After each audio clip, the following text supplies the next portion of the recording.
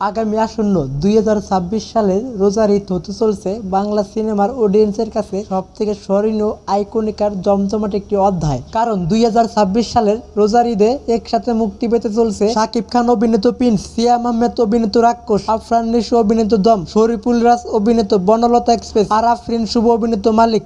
এতগুলো বড় সিনেমা একসাথে মুক্তি পেলে ঈদের বাজারটা আসলে কতটা জমে উঠবে।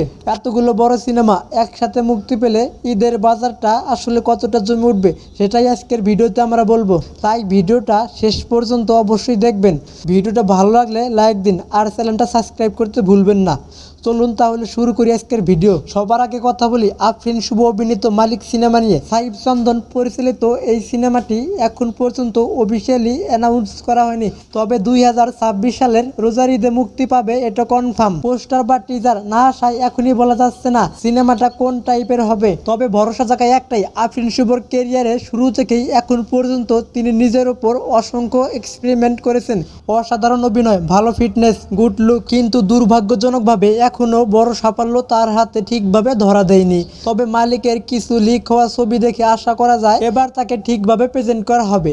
গল্প আর প্রেজেন্টেশন ভালো হলে এই সিনেমা দিয়েই আফরিন শুভ বড় কামব্যাক হতে পারে। অন্যদিকে আছে শরীফুল রাজ অভিনীত বনলতা এক্সপ্রেস, পরিচালনায় আছেন তামিম নূর। ক্যারিয়ারের শুরু থেকে শরীফুল রাজ বেশ কিছু ভালো কন্টেন্ট সিনেমায় কাজ করেছেন।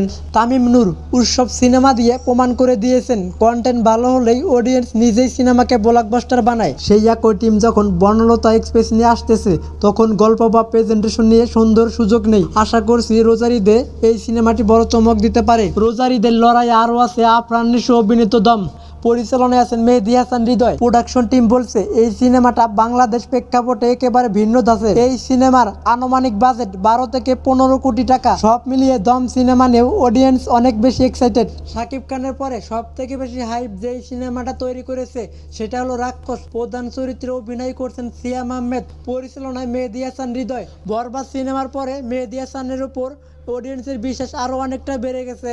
অ্যাকশন, ভাইলেন্স, প্রেজেন্টেশন সব মিলিয়ে রাক্ষস হতে চলছে ঈদের অন্যতম শক্তিশালী সিনেমা।